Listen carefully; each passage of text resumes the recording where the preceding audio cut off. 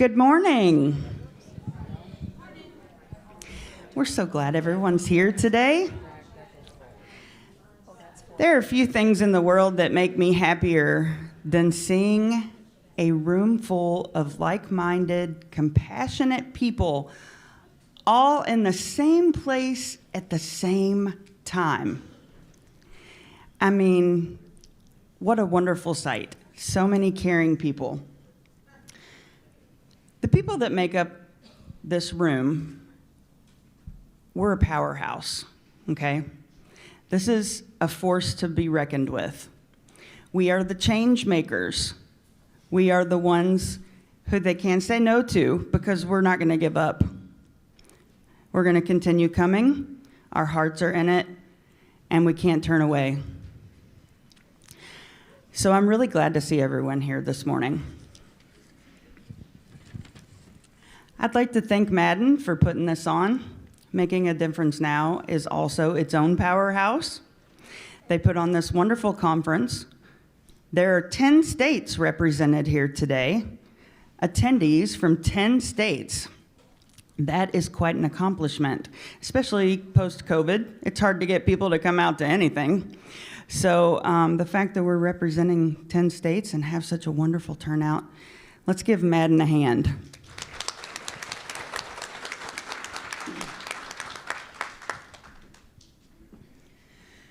We have a phenomenal lineup of panelists for you today. They're going to share some really useful information. The panelist section is from 10:30 to noon. I'm going to introduce each panelist individually. And in the interest of making sure each one gets a good amount of time to speak, we ask that you please hold all questions until the very end so that everyone has time to speak. And then we'll have an open Q&A after all panelists have spoken. If you're anything like me, as soon as you think of that question, write it down. At the end, I would be like, oh, wait a minute, what was that question I wanted to ask? It was really good, but for some reason I can't remember it. So if you have questions, write them down. We'll address those at the very end. First up today, we have Ms. Joy Keeley. She's the founder of the Kentucky Link Coalition. She's also a retired lieutenant from the Louisville Metro Police Department. And during her career, she investigated cases of child abuse, domestic violence, sexual assault of both children and adults for many years. Lieutenant Keeley is a phenomenal law enforcement instructor and an expert on the link between animal abuse and crimes against humans. We're also fortunate that Joy is a member of the Kentucky Animal Action Board, and I'm proud to call Joy one of my great friends. Joy will be speaking about the correlations of abuse and violence across all species. They're all connected, and she's going to give you good evidence of that. So without further ado, ladies and gentlemen, Ms. Joy Keeley.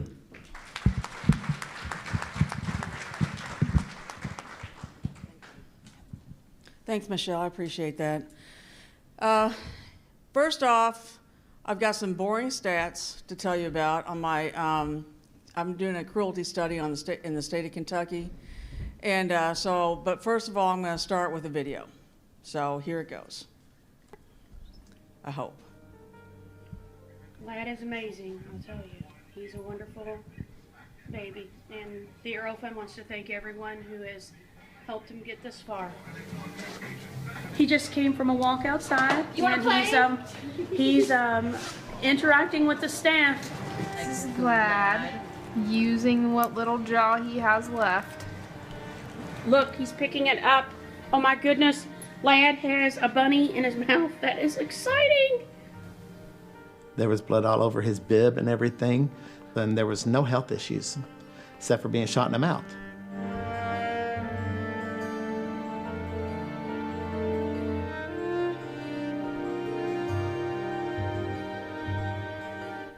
The huge link between abuses between different species is the abusive nature of the perpetrator. That's what I saw when I was investigating.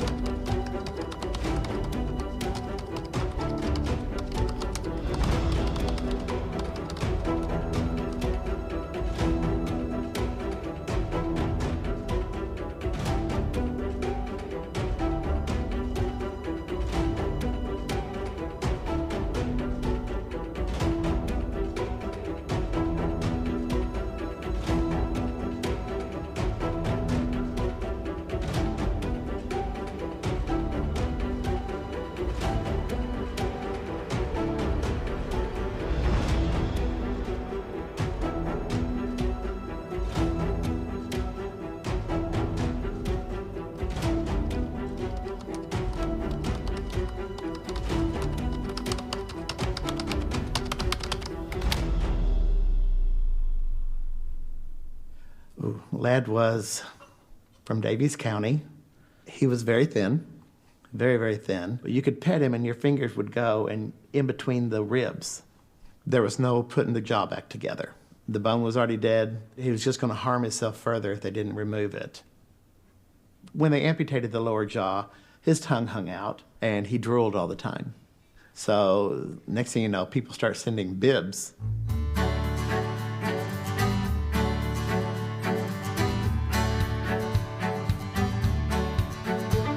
We had done some research trying to find out what was available for these kind of situations, and that's when we got in contact with UC Davis. It's a whole new process, so he would actually have a fully functioning jaw, and we were also blessed that time to have some followers that had planes and jets, and they reached out and they said, we'll take him.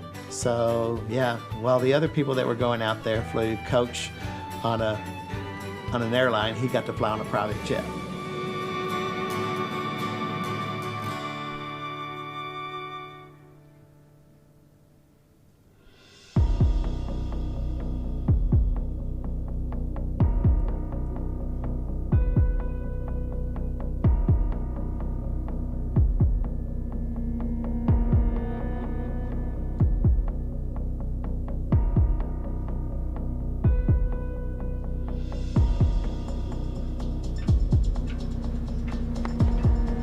As far as Kentucky is concerned, an owner of an animal has the right to put that animal down if the animal is suffering. That was key in this case.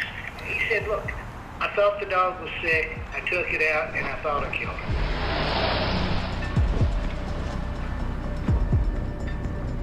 it. I basically did my job to ensure that the trial is fair and not to prosecute someone that is probably or possibly, maybe, not guilty.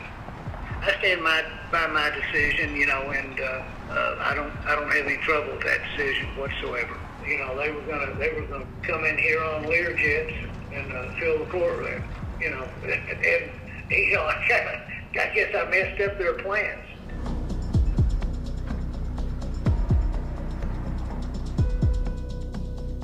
Wow. See, I don't think that there's any innocence involved in maiming a dog and walking away, regardless of the intention of why they did it. A lot of these county attorneys may feel like, why prosecute for an animal case because the abuser can vote, the animal can't.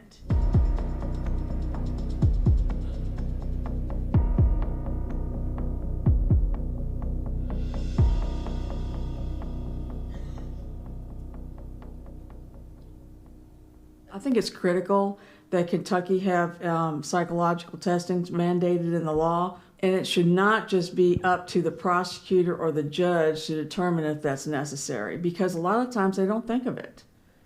The animal protection laws in Kentucky were so abysmal that at one point we were 54th in the nation. Now we've raised up to, I think, 44th. It's a silo effect where animals here, people are there. But in society and reality, people and animals are like this.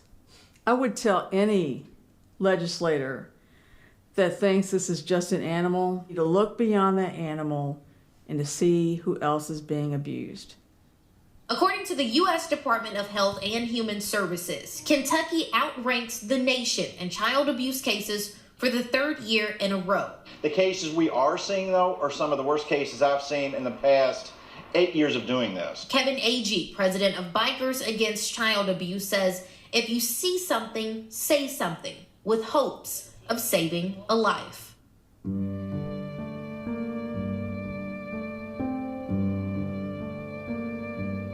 Every day he would smile at me, and every day he would wave and just be excited to see me. He loved his brother so much that one time during virtual learning, he had us pause the lesson so that he could show off his little brother.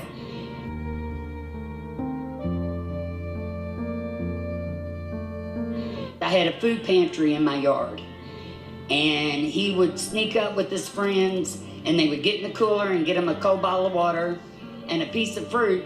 And when I would open my front door real fast, he would look at me and just give me the little princess wave and smile. Neighbors were interviewed by the media and reported that they should have known how she was treating her children by how she treated her dogs. She had had over 25 encounters with animal control in the 2 years prior to the death of her son. If you see that, you need to say, why? What else is going on? There are thousands of studies that have been conducted over the last 35 years about this link between animal abuse and violence against humans. It's a red flag. There may be abuse or neglect going on inside. 911, what is your emergency? According to an arrest report, a neighbor called police to report a woman with a gun on the porch. When officers arrived Tuesday night, they found blood on the porch. That's when they opened the trunk of a car and discovered the boy's body. Now, according to an arrest citation, Caitlin Higgins admitted that she shot her 10-year-old son after trying to cut out his tongue. I already thought something suspicious was going on with this house due to the animal abuse.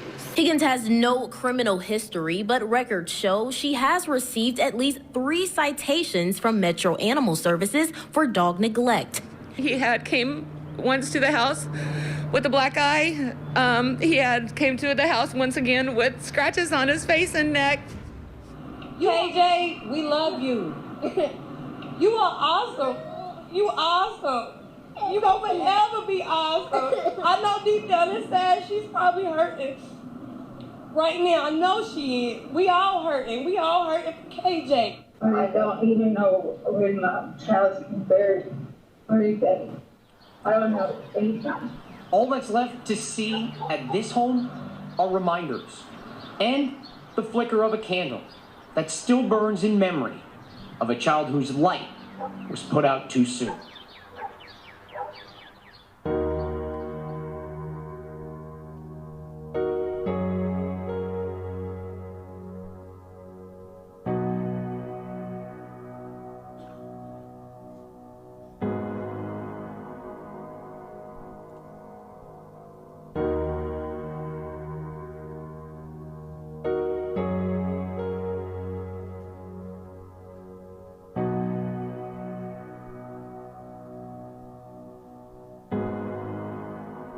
It's hard for us to try to get the mindset changed. We are still have the mindset that it's just an animal.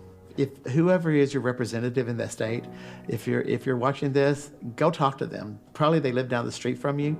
Probably they go to the same church. Probably they go to, their kid plays ball with you or whatever. Talk to them about your concerns and the connection between the animal abuse, child abuse, elder abuse, spouse abuse. You know, tell them that we've got to stop this at the early stages so it doesn't get to the older stages.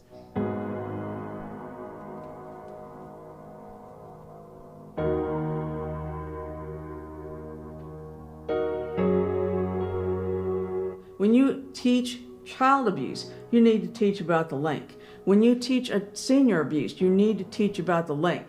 You need to keep this focused so that it becomes automatic for an officer or an animal control officer when they're responding to a neglected dog chained up out back for them to say, you know what, I need to see what's going on. Let me knock on the door and talk to the people inside the house.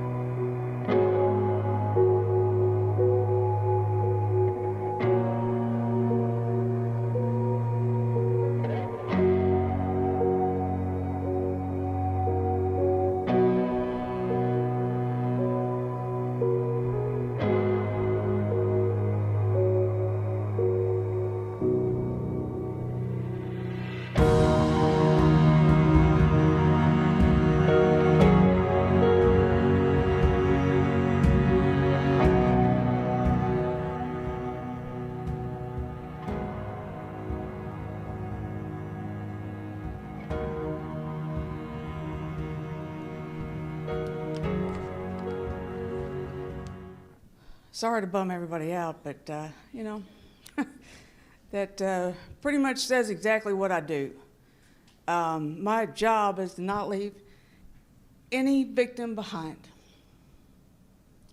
Now, these are my study stats that are boring. I'm sorry about that, but this one's from 2018 and 2020, where I looked at all the police reports that were done across the state, and a lot from animal control. KSP hates me now because I got this many police reports, and oh boy, they were not happy with me. But it was all done by open records. On physical abuse of animals, what I looked at was the co-occurring crime, the age of the perpetrators, criminal histories on these perpetrators, etc., so I could get a better picture on what is actually happening. And I was surprised about some of it, so I'll tell you about that. But this is physical abuse of animals. Approximately 25% of all animal abuse is physical abuse. Most of it's neglect. And then there's a small percentage of sex crimes. So, but the physical abuse, 84% of the offenders were male. The mean age was 36 years of age. The most common co-occurring crimes with physical abuse of animals were domestic violence-related crimes from murder, all the way down to terroristic threatening, endangering the welfare of a minor. For instance, in 2019, there were 4 murders associated with animal abuse. 3 of them were interpersonal in nature, domestic violence related. So, and of course, there's always endangering the welfare of a minor. Many had co-occurring substance misuse, and that's something that surprised me. When I was a domestic violence detective, I mean, I'd say honestly, 95% of the domestic violence felony, I only did felony investigations, about 95% of them, one or both parties was abusing some type of substance. And I knew that, but I just didn't connect it with animal abuse. And I should have, because that's the link. I mean, that's part of the link. And I just never put it together until I saw this study. So not only is there abuse between species, but there's also a lot of substance misuse going on with the same people in the same households. And that there's like no studies on that, and I really need to see more studies on this link. Many had, as I already said that, but half had criminal histories of domestic violence and substance misuse. So that was also, you know, what I was seeing, but what I was expecting, but the substance misuse was a surprise. On neglect of animals, the average age was 40. There was an almost even split between male and female. That was a surprise for me because, and I guess that's my age showing, I assume that since women are generally the caretakers, there would be far more women involved in the neglect of animals. I was not expecting an almost 50-50 split. 49% had criminal histories. 38% of those were domestic violence criminal histories. The most common co-occurring crime with neglect was no rabies vaccines, which is a public health issue that affects all of us. And I'm seeing that more and more in rescues where we're getting animals in that have never had a rabies shot. Now, when they're almost 2 years old, that's a concern. That's a real concern. And if there's children living in the house, you know, you get bite histories on these kids. I mean, on these animals, when there's biting kids, they may have rabies. You never know. In addition to which, the other thing that I've seen is you don't have a bite history could also mean that the animal is being abused because animals fight back. You know, some animals definitely fight back. So that needs to be looked at closer as well.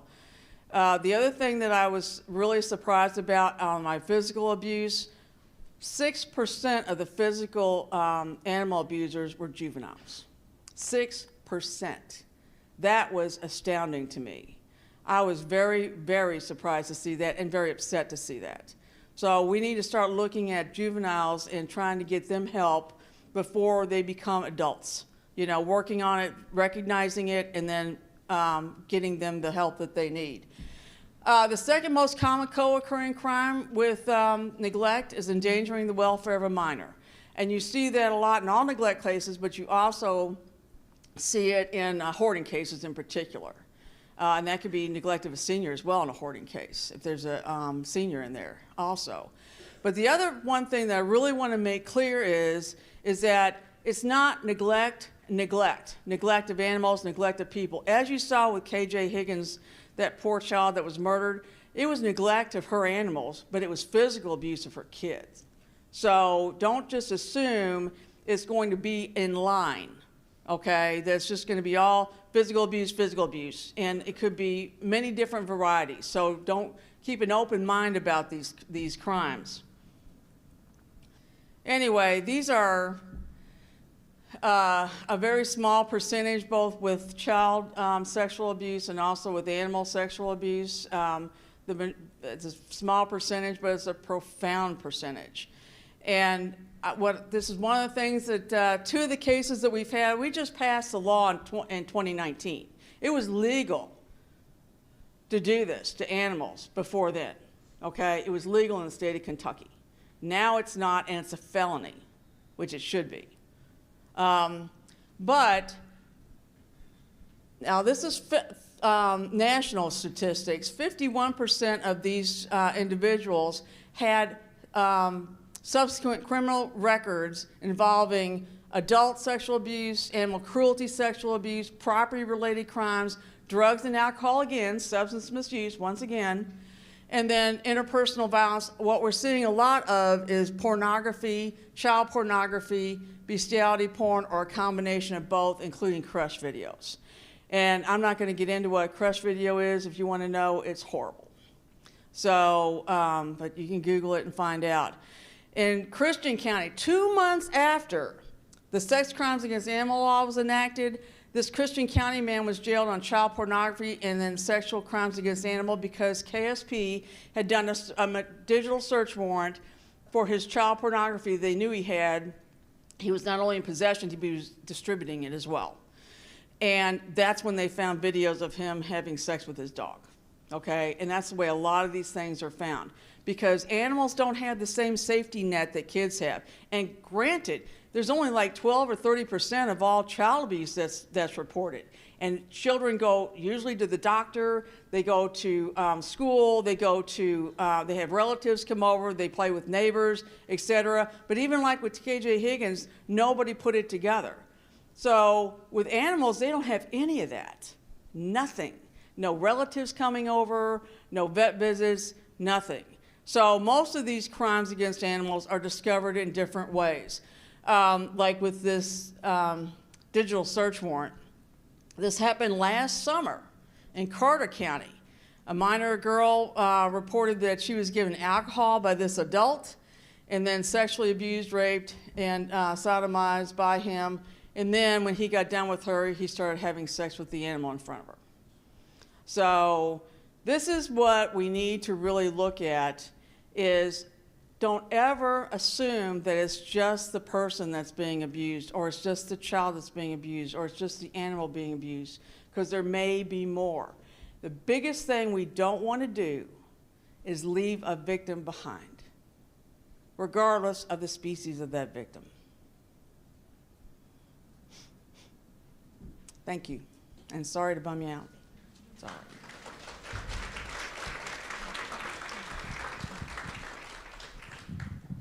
Oh, you're going next.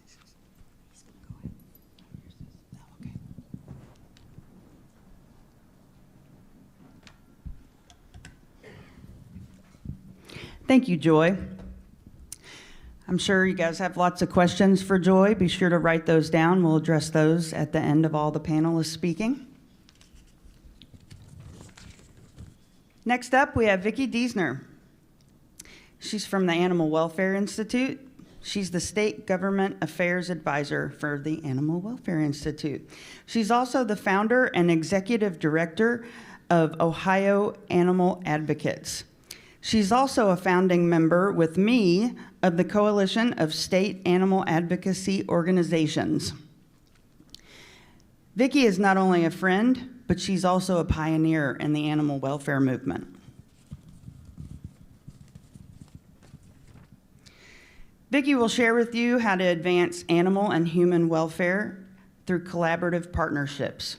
She's going to help you find the intersections of animal abuse and issues important to policymakers.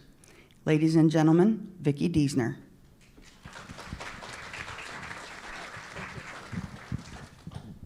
Good afternoon, folks. It's great to be back in Kentucky. Actually, Salmon P. Chase was my alma mater for law school, so it's nice to be back here always.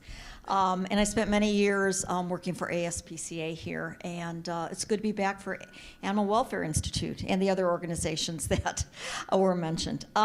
So we're here to talk about the success of cross-reporting, which is actually creating a culture by which all professions end up reporting animal abuse and human abuse for the purpose of intervening early in the escalation of family violence.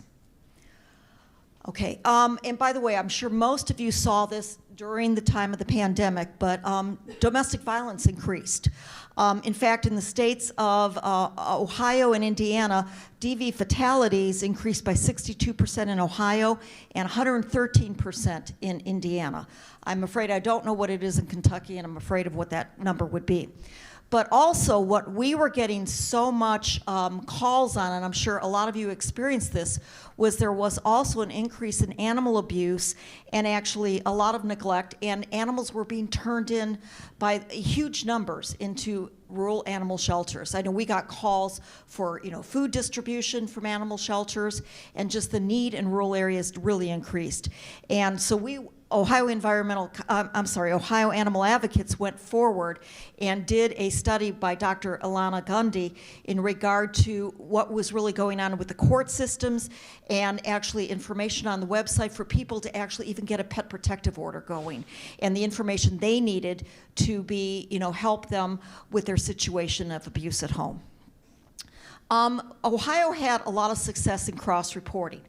In fact, ALDF acknowledged that in 2021, we had the nation's most comprehensive cross-reporting legislation, and in fact, it shot us up to number 24 on the ALDF list. We mandated social workers and other human services to report animal abuse and law enforcement to report child abuse, providing both civil and criminal immunity when acting in good faith.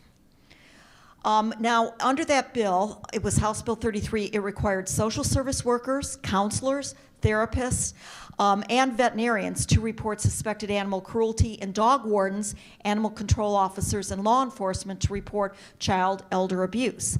In fact, veterinarians, when they reported, they were so happy that this bill passed that so many of them called and thanked the sponsors of the legislation because they felt it finally allowed them to come out of their confidentiality in their profession and do what they knew was always right. Humane enforcement in Ohio. Now, most U.S. states have animal control officers, as you do in Kentucky. Not so in Ohio.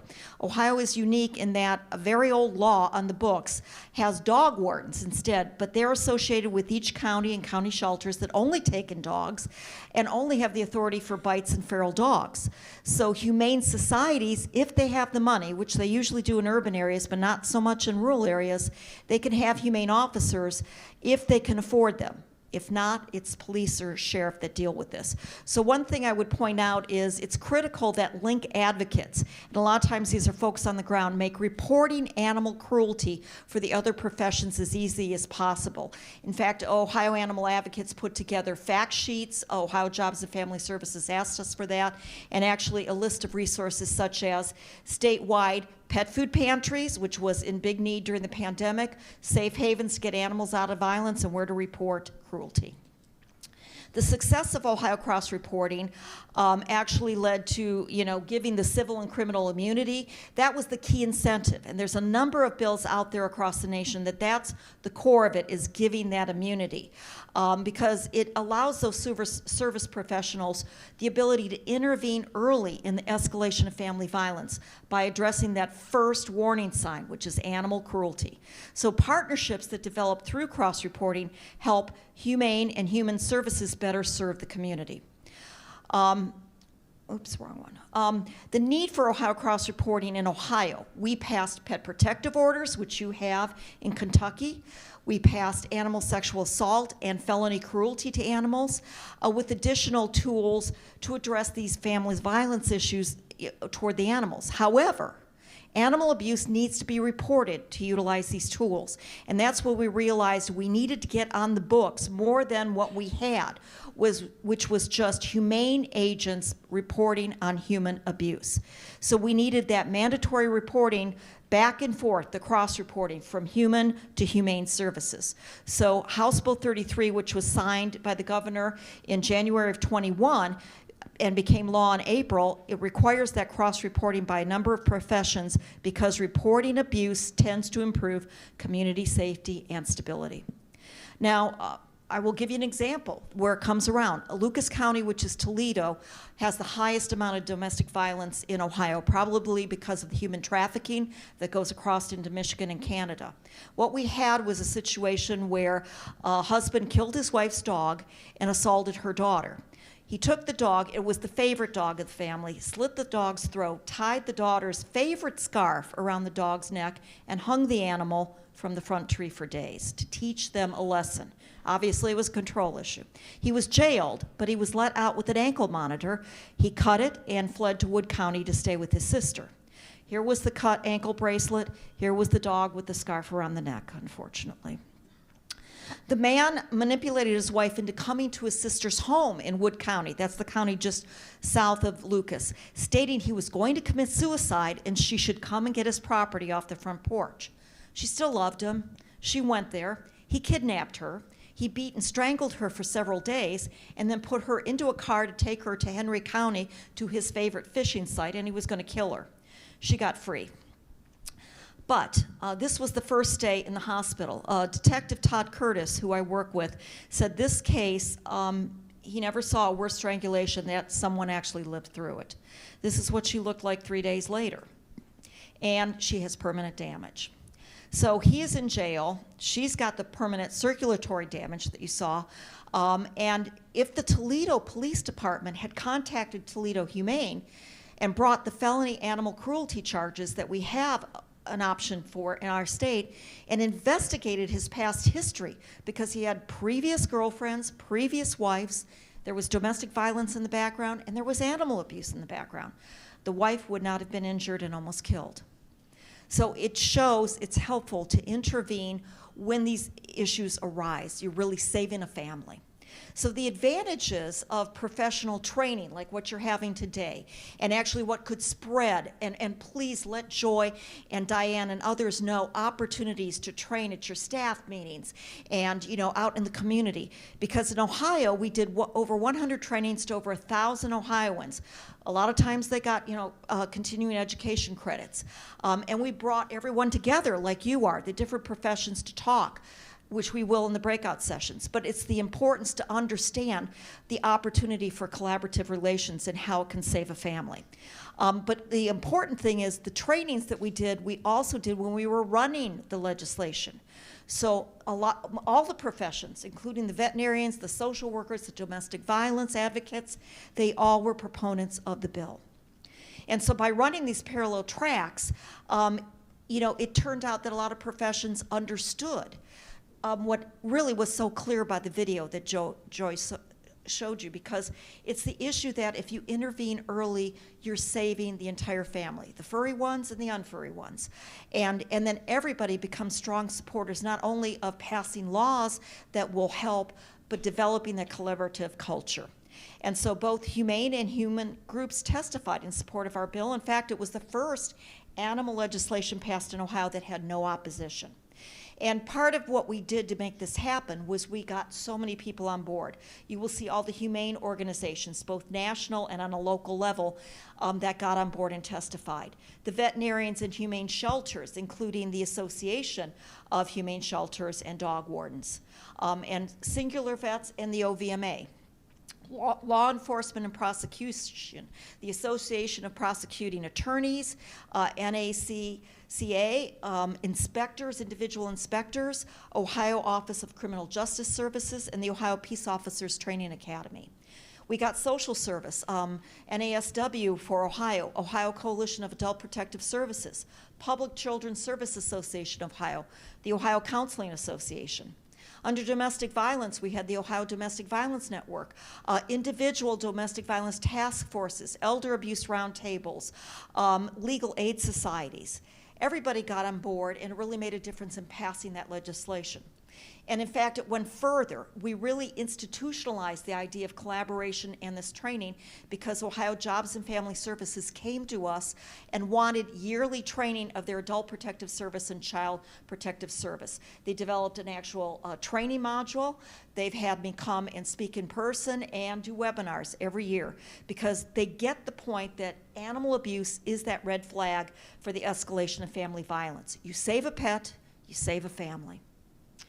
Professional relationships launch new opportunities. We recognize that domestic violence, animal abuse, was higher during the pandemic, and what could we do to step in and create resources and make further connections? And in fact, 50% of the acute homeless in Ohio are domestic violence victims and their animals that end up on the street automatically to get out of the abusive situation. Identification of need to expand safe havens, where those animals go if someone has to go in a domestic violence shelter to escape, and assuring the victims will then leave, because in Ohio, over 70% of survivors said they would not have left if they couldn't have found a place for their animal. Professional relationships are also developing with law enforcement in our state. Understanding that link between animal and human violence. And in fact, law enforcement has said to both humane officers and social workers, please call us if you're going into a situation that you think the escalation is happening, because we want to protect you. So please always know that's that opportunity for collaborative approaches. There was media follow-up on this abuse situation during the pandemic, and there was an anniversary article that was written on what's going on with Ohio Cross Reporting. And what we found was actually this assistance and resources with clients of both the social workers and law enforcement and vets and humane officers. All these diverse partners were working together to build out the number of safe havens on the ground. And 1 year after passage of the law, there was an interview with Northeast Ohio Shelters, and indeed the executive director of Friendship APL in Lorain said, we're really proud of our APS CPS services who are taking advantage and reaching out to us in these cases. Now mind you, these animals are coming in through these type of situations, they're complicated. And as the situation would indicate, they require more time in the shelter, more time to recover. But if Friendship APL receives a call regarding animal cruelty, as the Lorain County Children's Services said, it allows them to get into the home, see the children, and they report, as their mandated reporters, what's going on with the children to the social service agencies. So there's benefits both ways. It's very clear when reporting needs to happen. It's only going to improve the relationship of the children's services with the humane societies. Benefits to humane law enforcement. Toledo Humane reported to us in Northwest Ohio that since the passage of House Bill 33, collaboration with veterinarians is happening at a much better rate. In fact, veterinarians are finally providing pictures, case notes, other evidence that they can build cases that they were never able to do so. And the veterinarians have said, we're eager to share evidence to help animals and advance cruelty investigation because we have a law that gives us civil and criminal immunity. So it clarified their ability to be able to do this, and actually being able to take action when faced with cruelty and neglect may be a positive and empowering experience for veterinarians and other professions, as many feel their professional code of conduct prevented them from reporting which they knew was the right thing to do.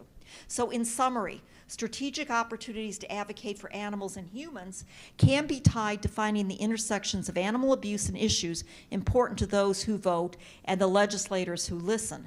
So domestic and family violence, low-income challenges, and public safety, we have found these are situations that are most applicable to really getting legislators to listen. And indeed, partnering with the diverse non-traditional animal welfare community of other professionals has really helped us get laws passed in that sense. So I thank you for your time today. Oh. I will point out that these are various resources, and I know they've been provided from Diane. This is an article on the link between IPV and animal abuse, success of Ohio cross-reporting, and these are AWI's Safe Haven Mapping Project, Safe Haven Deserts Report, where the deserts are in your state, and the Animals and Family Violence Program that can help you out in your communities. Thank you. Oh, and that's my dog, Bo, a rescue. He was the cover dog on the Ohio Animal Foundation calendar this year, so I'm proud of him. I love Bo. Can we just leave him up there? That's such a happy picture to look at. Thank you, Vicki. That was wonderful.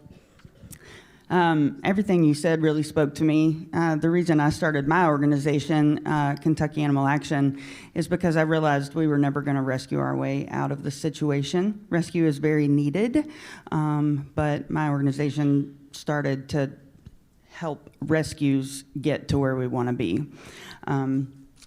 But thank you, Vicki. Next up, we have Darlene Thomas of Greenhouse 17. Darlene is the founder and executive director of Greenhouse 17. Darlene is an uplifter. She uplifts her community. She uplifts the world. She successfully implements innovative methods with survivors of domestic violence, staff, and community to create a working organic farm that produces food for shelters. Darlene also works with Flower CSA, also known as Flower Community Supported Agriculture. Darlene and her team's efforts are being studied for its impact on mental health and well-being of survivors in a 3-year research project conducted by the University of Kentucky's Center for Research on Violence Against Women. Darlene's org, Greenhouse 17, also operates a line of body products called Handmade by Survivors. Darlene has many other milestone successes and remarkable endeavors, but she's actually the speaker, so I need to let her get up here and share some phenomenal info with you.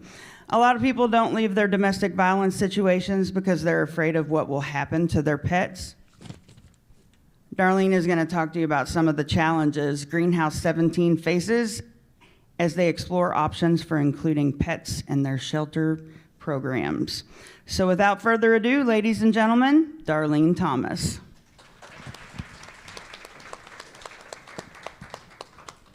Well, that was far more than I deserved, let me tell you.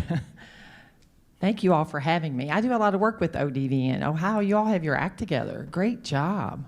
You're a great model as a sister state for us to pay attention to. And of course, worked at the Center for Women and Families many years in Louisville with law enforcement. So I appreciate both of you very much along the way. We're going to log in really quick if you give me a second, because my PowerPoint, for whatever reason, wouldn't work. So I don't know how to do that. How about we just skip it? You sure? Yeah. I'm going to skip my PowerPoint. I think I can do this without. Although I will say, you all have seen some really sad pictures, right? And I understand that. I've often witnessed that myself in this work for this many years. But I had a whole PowerPoint of nothing but happy pictures of cats and dogs and bunnies and all kinds of animals that now live at our shelter and stay with us. There are cats in our trees, our horses outside, everything. So I'm going to tell you our story. How about I do that? And I'm sorry we don't have all the pretty visual behind us. It was just going to roll along anyway. I will say that as a domestic violence program, I think I've been doing this work for 33 years, and I will tell you from day one of doing this work, one of the major barriers has always been pets. From the very beginning. What do we do? How do we do that? So what we've known is that 47% of survivors of IPV, intimate partner violence, delay leaving because of their pets, which then further endangers themselves and their children because of the animals that are in the home. 25% go home because of the pet. So they return back to the abusive situation in order to try to protect the pet that they had to leave behind. And then we also know that the big barrier is that only about 15% of shelters in the entire country, domestic violence shelters, even accept pets under any circumstance. So the gap and the barrier is huge when we start to make these connections of what's going to happen. For me, for many years doing the work, I will just share one quick story. It was one of the harder stories I've dealt with along the way, but I had a woman who desperately wanted out of a very violent relationship. But she had a horse, a prize-winning horse, that she just could not leave behind. She would not leave behind, could not leave behind, knew exactly what would happen to the animal if she left her abuser without a safe place for her horse. So given that situation, the program that I worked at the time, of course, there was no way to accept a horse into shelter. Most shelters don't have that capacity. But it stayed with me because to this day, I have no idea whatever happened to her or her horse. And in that mindset, when I came to the Lexington area to start the new program called Greenhouse 17 now, one of the major concepts for me was what could we possibly do with animals? So fortunately for us, Greenhouse 17, we found a beautiful location on a 40-acre horse farm. And there was a part of me, just from my own trauma of having to say no to this woman and her horse, was to go, I'm never going to have to say no to a horse again, right? Even if it's a horse. Now, if you got 100 head of cattle, I still got a problem. I don't know that I'll be able to help in those circumstances. But when it comes to pets and the things cared for, one of the barriers that I wanted to look for to try to reduce was how we could care for both survivors and their pets. But it has been a long journey, and I think Diane wanted me to just kind of share that journey because programs can be reimagined. If you go back to your states, you go back to your state coalitions to start pushing our domestic violence programs forward a little bit. It can be done. I wasn't sure it could be done. I wanted things to be done, but there were a lot of barriers for us along the way. 71% of our survivors say that their pets were threatened to be killed and or were physically harmed. So we know that's an issue. And over 50%, because of barriers, were forced to leave their pet with the abuser. No other family member or friend could take. So they're still in those situations. But we had to do what the federal law required, right? We had to take service animals, which are rare, by the way. It's very rare for us to ever have a request for a survivor and their service animal as they come in, which is not a problem because by law they have every right to be in our shelters. What happened was more around pets. So what we tried to do originally was we started a foster pet program. And we have a great Facebook interaction with all of our followers, and we would put out on Facebook, we've got a lovely puppy who needs a foster program. We developed all this paperwork, how the foster care parent, what the expectations are for them, what the expectations were for the animal owner, that kind of thing. We did doggy visits, we did cat visits. We tried to be as client and pet friendly as possible through this foster care program. But it's cumbersome and it's long term. Most survivors need 30 to 90, sometimes longer in shelter before they're ready to kind of be out on their own, before they can secure housing or other safe places. That's a long time to ask a family to keep an animal. And then often with the foster program, when families do move forward, they ended up being in apartments that didn't allow pets. So a lot of our fosters ended up taking on or adopting pets. And then you had to determine whether or not the pet actually belonged to the person that they were coming from shelter with, right? Or coming to shelter with, because there were ownership issues that could be brought up through divorce proceedings, all kinds of stuff that were barriers along the way. We reached out later. Have y'all heard of Red Rover?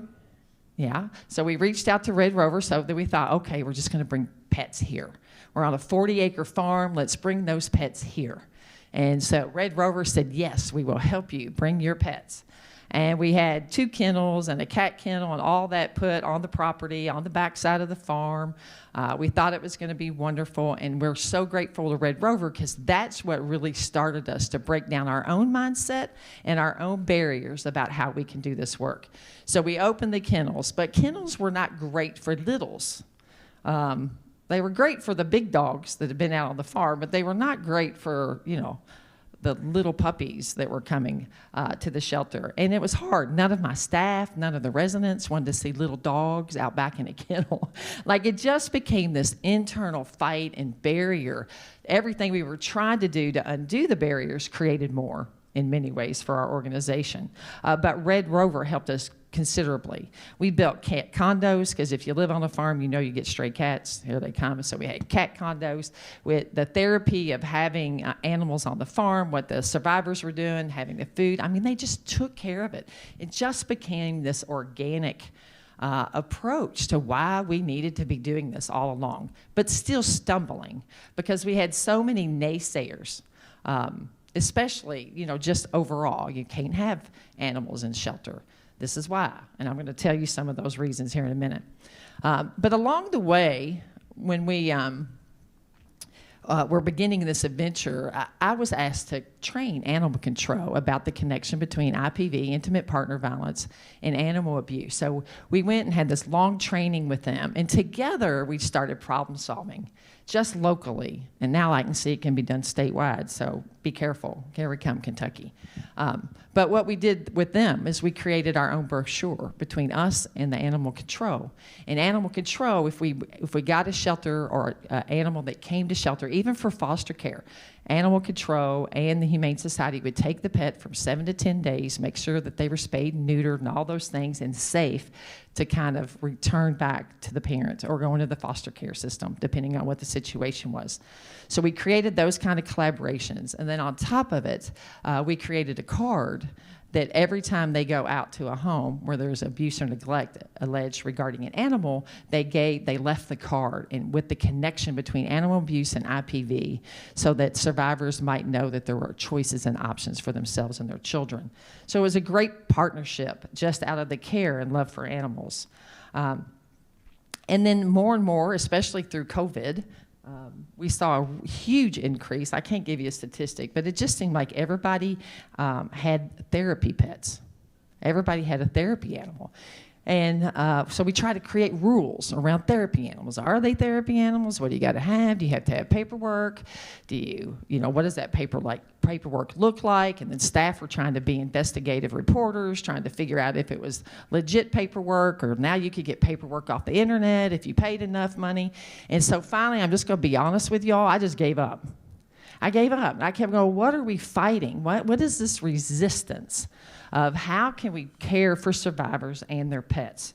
So the traditional barriers were things, not just the paperwork, that kind of thing, but we heard things like people will have allergies. They won't want them in there. Dogs bark too much. They're too loud. There will be destruction of the property, the wear and tear on the facility. We have some survivors who genuinely are afraid of animals. Right? Authentically afraid of animals. All these barriers is what we were kept being told is why you can't have shelter or animals in the shelter. So in my exhaustion of trying to figure out the paperwork and the disgruntlement of my staff who were trying to be investigative reporters, I gave up and said, look, if they're pets and they're appropriate, they get to live in shelter. So today, if you went to my building at any given time, you're probably going to find 5 to 10 animals living there. Not too long ago, we had a bunch of bunnies and gerbils, a few rats. We've had a snake along the way that have been the family pets that didn't want to be left behind. Now, that's not to say we don't have criteria, but the movement has been huge. So my fears, or the fears that were kind of planted in our heads of why it won't work, have never come to fruition. I cannot tell you, over the last several years that we've been practicing this, I have hardly anybody ever tell me that they're allergic or we can't be around allergies of animals and pets. What we do is we try to screen in pets just like we do human beings, right? Instead of trying to exclude people from our services, we're trying to include everybody, including the pets.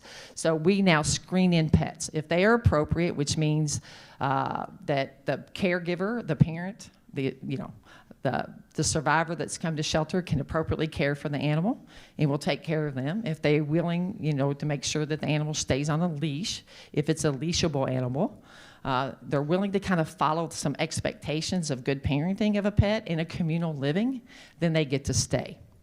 They just get to stay. They live in the room. I've had almost no damage. I've had one room damage due to an animal, and that was really the parent's fault, of course, not the animal's fault by any stretch of the imagination.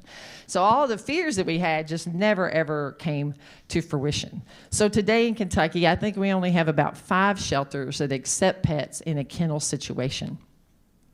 And right now, to my knowledge, Greenhouse 17 is the only shelter that allows pets to live in the house and be a part of our community. The one thing we've not allowed yet, which we'll wait and see how that goes, is if you've come without a pet, we ask you to wait. We ask survivors to wait until they leave into their new home before they get a pet, because we want them to be responsible pet owners, not all apartments and places. And apartment and housing is really hard to find right now, and so many survivors are being forced to give up their animals because of the lack of housing, a lack of affordable housing, and a lack of affordable housing that allows pets. So it is a realistic issue and problem for us here. So we just decided to deal with these issues.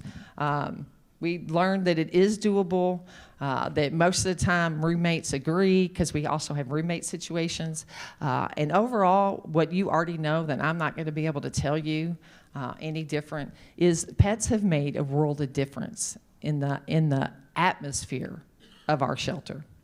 So we're on a 40-acre horse farm. I have a 45-bed facility out there. They're always full. We're always over capacity, and we have animals running everywhere, it seems. But I will tell you, the difference of having animals and not is it created a sense of community. Everybody kind of takes care of the animals. They love them. It's non-threatening. It's a safe place for them. And so a lot of the times that bickering or arguments or the way that people are different and divide us as community, the animals seem to bring together community to take care of each other, kind of like kids do too. But they often argue over parenting. It's very rarely that they argue over parenting of the pets. They all just kind of pitch in and help. So I guess my encouragement, whatever state you're coming from, whatever you're doing, and when you're calling shelters, because I do a lot of work with ODVN. I don't think there are very many shelters, if any, hardly, that actually take pets that live in the shelter. I'm here to help you challenge that. What it needs to look like, and that it can be doable, and you can reimagine it. It is not going to destroy their property. It's actually going to influence and build sense of community and purpose and belonging, again, that most survivors need in order to move forward instead of backwards. So with that, I will say thank you for your time and attention and being a part of this wonderful panel. Thank you.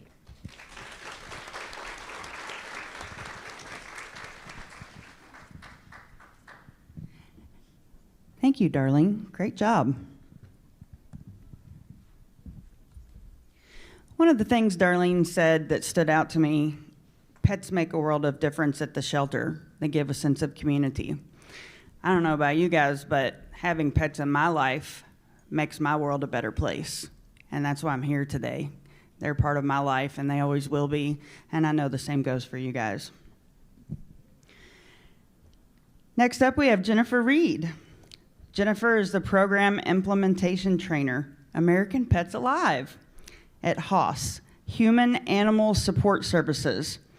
Jennifer is an expert at outreach and implementing programs and practices within shelters through direct shelter support and group training opportunities. Jennifer is going to introduce the HAWS model to you. She'll be highlighting how to best support your community through services that prioritize people and pets together. Ladies and gentlemen, Jennifer Reed. Okay, we're finally ready. Thank you all for your patience. Welcome. I'm really excited to be here today. I'm planning to present to you some basics of the Human Animal Support Services model. Okay, that doesn't work either. There we go. Okay, again, I am Jennifer, and before HAWS, I spent the bulk of my work experience working in an animal shelter, a high volume one in Tennessee, where I spent many years working in various roles. And, you know, I really love thinking about the big picture, but I also really enjoy the nitty-gritty of shelter operations. So I'll be kind of taking you through both of those lenses today. And this afternoon, for those of you attending my session, I'll be getting into the weeds with some programmatic elements as well. So my current role with HAWS is partnering up and supporting shelters in their work to implement HAWS programs and principles. And currently I work with shelters across the country, but I am really excited to be here today because I am a Kentucky native. I grew up over in Davis County in Owensboro.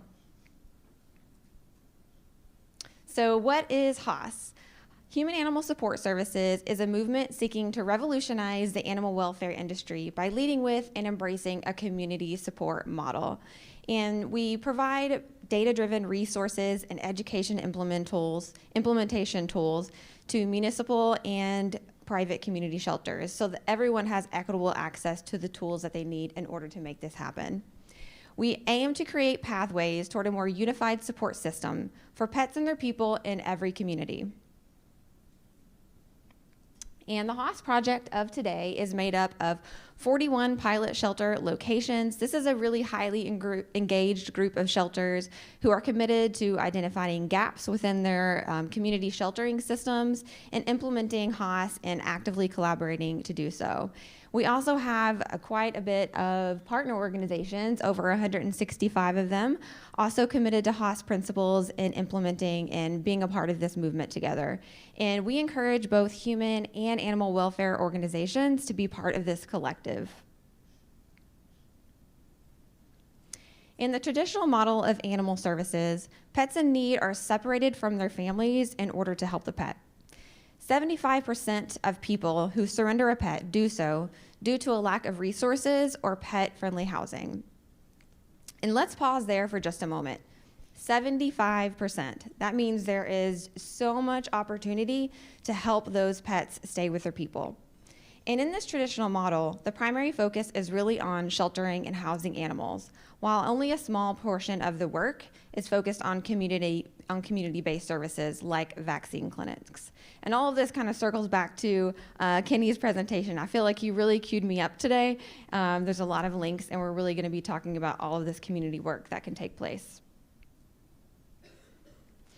And in the Human Animal Support Services model, shelters act as the hub, acting as a community center for pets in need. And essentially, the community becomes the shelter. Foster becomes the preferred way of housing pets. Human service agencies partner with animal welfare to help pet owners get the help they need.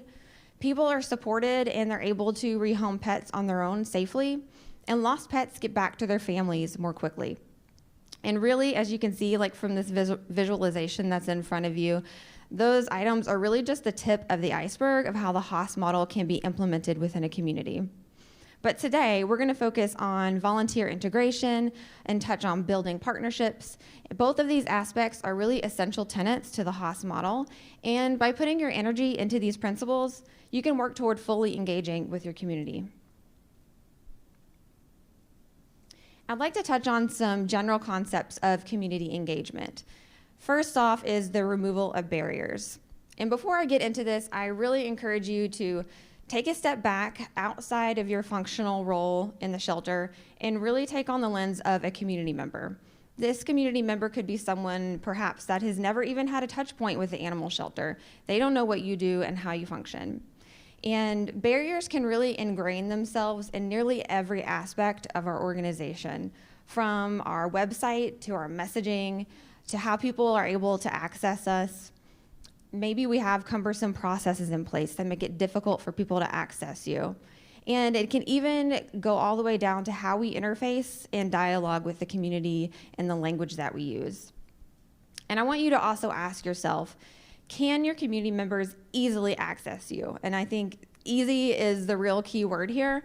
I think a lot of times in shelters, you know, if we see coming down in person as the primary way we touch point with people, that can be a real barrier for folks who aren't able to travel all the way across town to your shelter. And I know oftentimes it's pretty typical that, you know, shelter operating hours are often limited into business hours, and maybe we're not open every day of the week. So coming down in person can be a real hardship for some folks. So consider alternatives.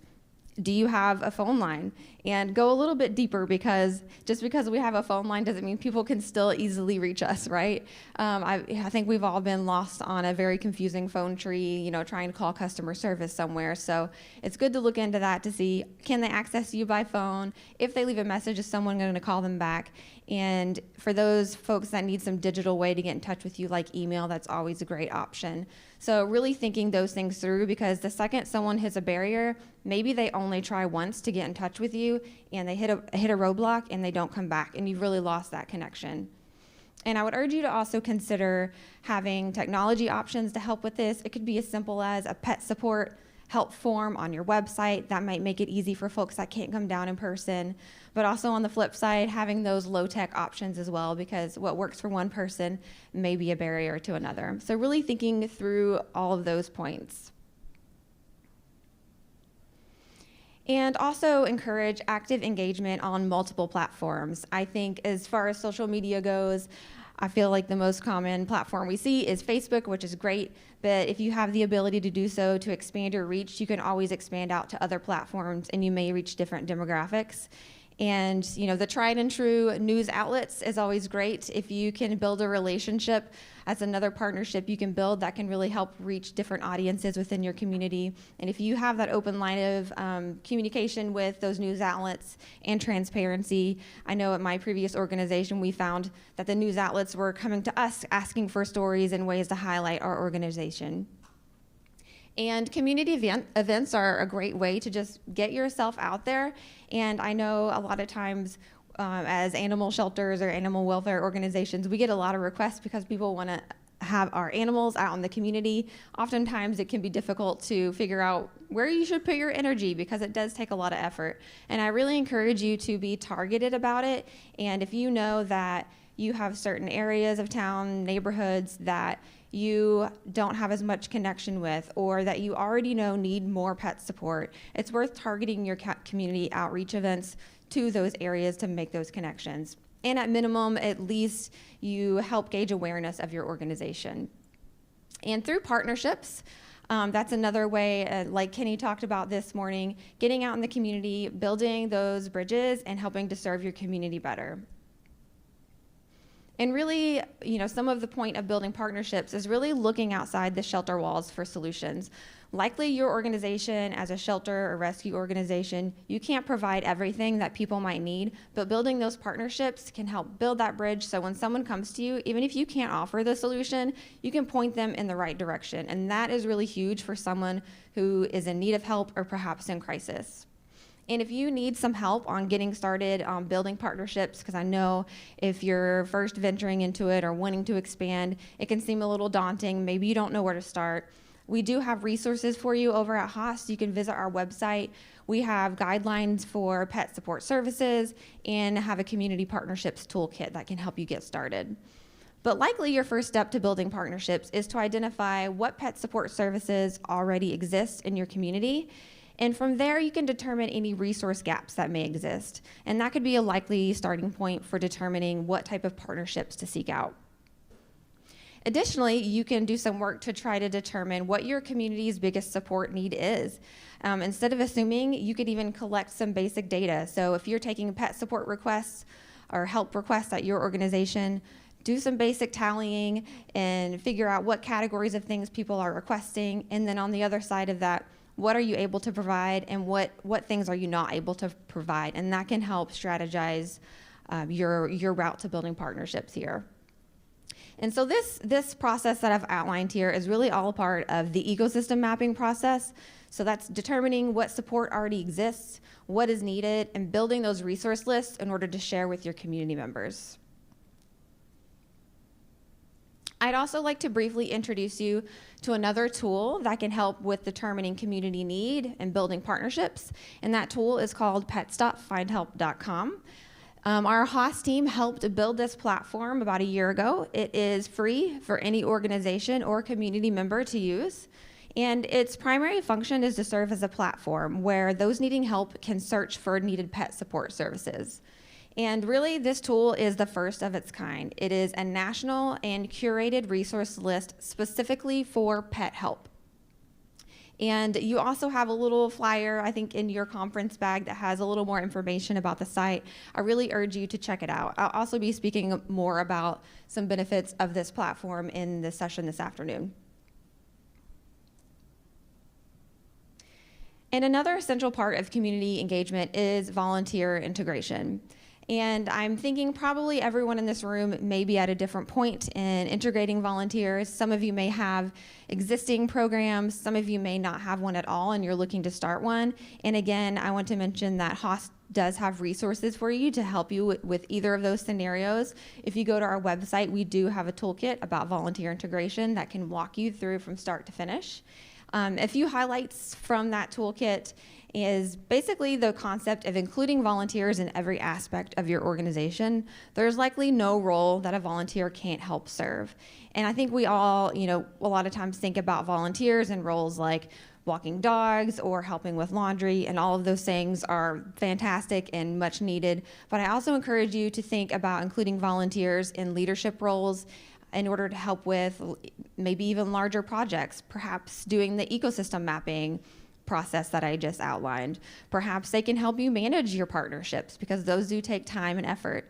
Perhaps they can help you with some basic or even advanced data entry. So think outside the box because you definitely have skilled folks within your community that you can bring in the fold into roles like that.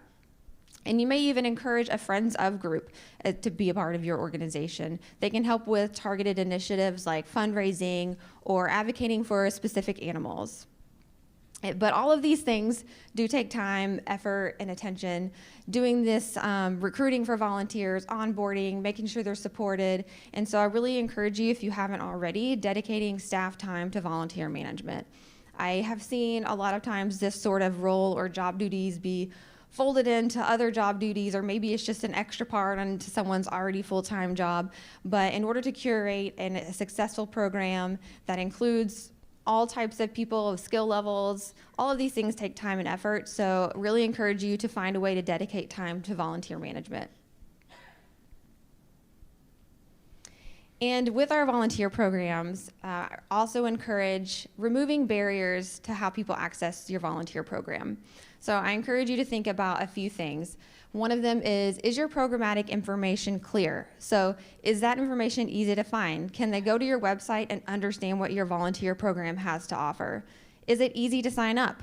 Do you have a flexible scheduling? And do you offer a variety in the types of roles in terms of perhaps skill level? Do you offer remote opportunities as well?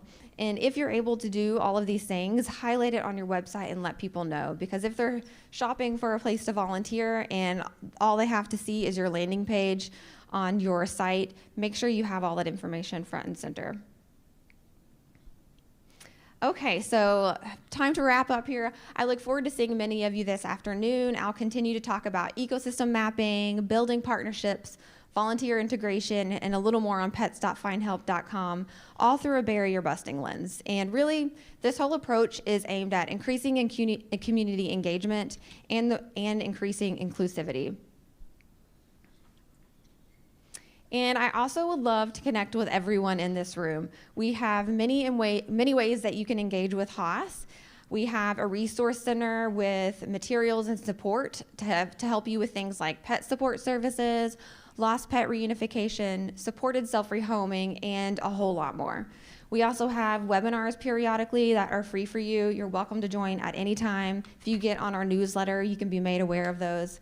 We have a HOS 101 course that's available that covers the basics of HOS. It is free and available to anyone. It'll cover some more material than I was able to do in this short presentation.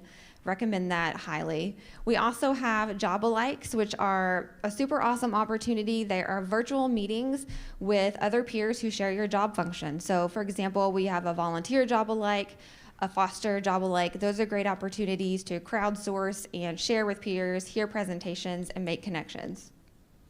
And lastly, we would love for you to join us as a partner organization. It is free to sign up, and that way you can be in the fold and take advantage of all of our support offerings and to make a commitment to HOS principles. And lastly, feel free to reach out to me. My email address is up there on the slide, so if there's anything you'd like to connect about, I am an open book, and I would love to talk more to you.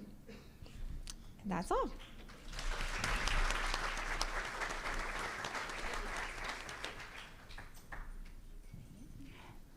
Thank you, Jennifer. That was wonderful.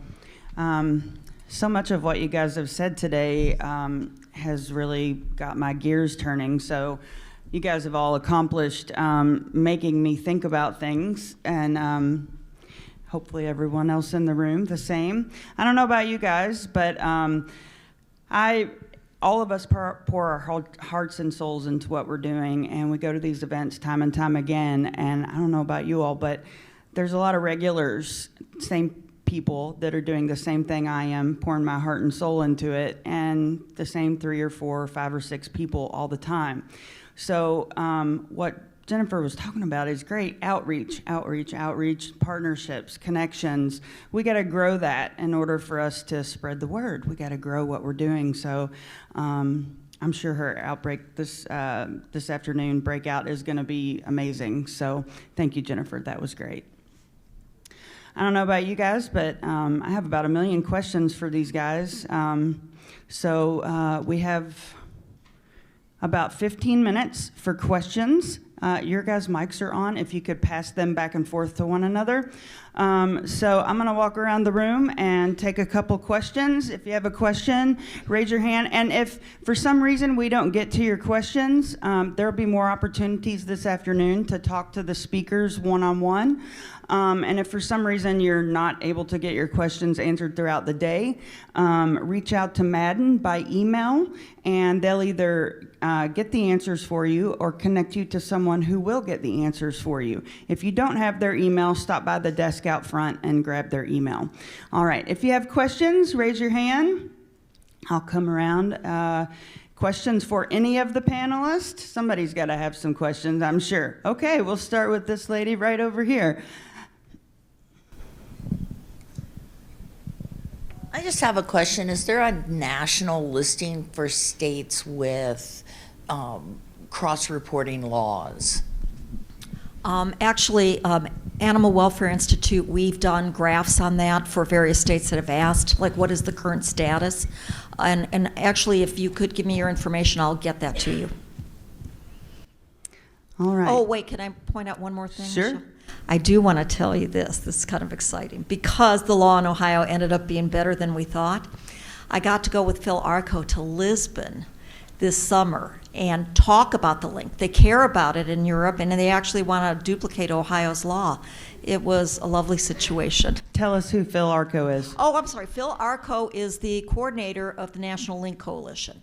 And if any of you do not know this, it's a free monthly magazine of every lawsuit, every local effort, every legislation across 50 different countries. It's really informative. So, yeah. Thank you, Vicki. Thank you. All right. I'm sure we have some more questions. If you have a question, raise your hand. Sure. Would anyone more knowledgeable than me be able to provide a legislative update on what's happening in Kentucky right now? Because embarrassingly, I feel like I'm a little out of the loop. Come see me right after this. I will fill you in to your heart's desire. There's a lot going on. In the 2023 session in Kentucky, it was supposed to be a slow legislative session for animals. We expected 3 to 4 bills. I think there were 21 bills for animals in the spring. Unfortunately, none passed. But we have been told in recent years that they will only pass 1 animal bill a year from now on. And they're not passing anything recently. So growing partnerships, connections is super important. Kentucky Animal Action says the most important thing you can do for animals is have a healthy relationship with your legislators.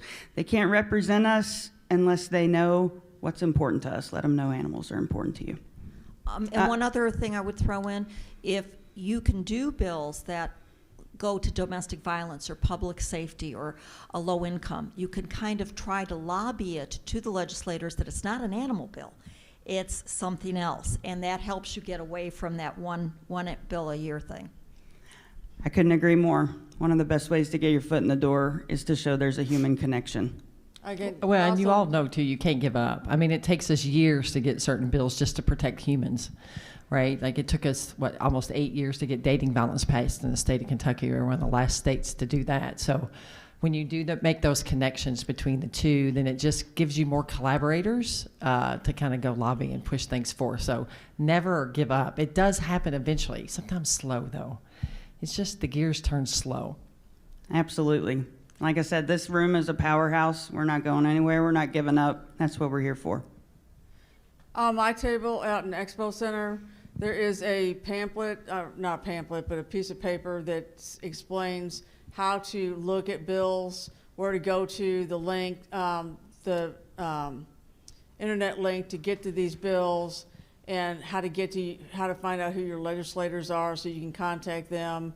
It's just how to get involved. Okay, I think that's the title of it, is How to Get Involved. It's on the Kentucky Link table, so feel free to grab one. And come by the Kentucky Animal Action Table as well. I have a list of all the bills that were filed in 2023, and you can pick out some other information about animal welfare ordinances that have passed in Kentucky recently. We have some great ones, and some state legislation that's on the docket, and just come by and see Joy's table and mine, both great resources. All right, next question. No questions over there on the table on the left? Surely.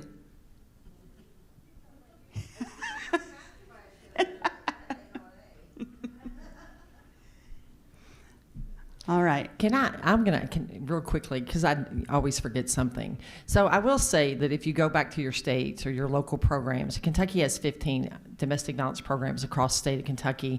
You know, Ohio has like 88 different programs. You know, every state is designed a little differently about how they do it. So when you go to your home place and you might be working with your local programs, I want you to know too, beyond those typical fears and barriers we had, the other one that we've run into now is cost. Because we've decided to take this on and doing it, I don't have any funding to provide the support for the animals that are coming.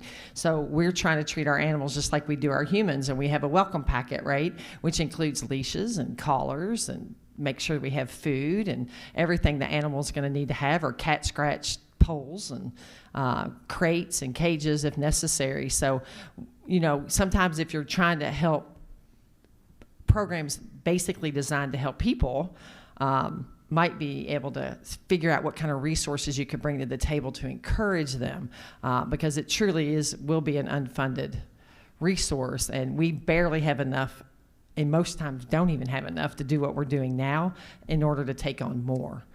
It's a commitment we made. We're on 40 acres. It works for us. It works for our community. It can bring good resources to your programs too. So don't forget that, because we have a lot of people who love animals and care for them who make sure that our needs get met just because we're helping with animals. So it can be a win-win. But when programs push back, it's that barriers and it's cost as well. Go ahead, Vicki. Federal legislation gives some opportunities right now, and if any of you would consider writing to your congressional members on this, the PUPS Act is a new bill that would actually provide grant programs for co-sheltering and homeless shelters, but it is based off the PAWS Act, which is up for reauthorization now. It's been in effect for 5 years, and it gave money to domestic violence shelters to create safe havens. In fact, the money was like one group here, ION in Kentucky, just got $100,000 from a PAWS grant. There was a group in Akron and Medina in Ohio that got $400,000. These are big numbers, but we need this program reauthorized, so please write your legislators on that too. Thank you. Okay, next question. Anyone? No? Okay, well, we have a couple more minutes. There's such a great representation here of people. I would just like to take a moment and ask a couple of the groups of people here. If you are in law enforcement, please raise your hand. Not to point you out, sorry, but we're so glad to have you. If you work with an animal shelter, please raise your hand. Okay, okay. If you work with a domestic violence shelter or something like it, please raise your hand. Okay. If you work with a rescue, please raise your hand.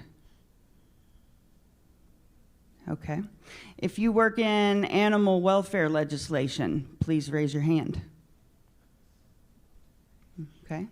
All right. Have I missed any groups, Diane? What else? Social service. Yes. Social services, please raise your hand. Okay, okay. Is it okay to say elected officials? Is it okay to say elected? If you are an elected official, please raise your hand.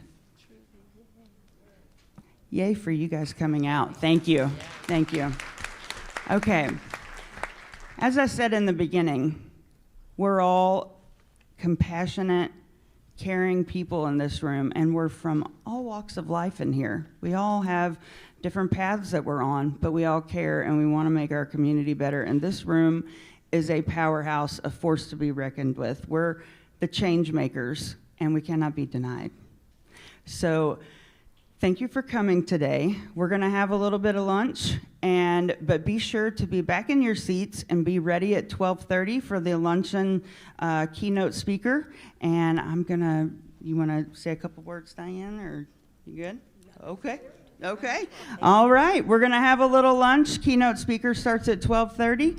Hang tight, and we'll see you back in a little bit.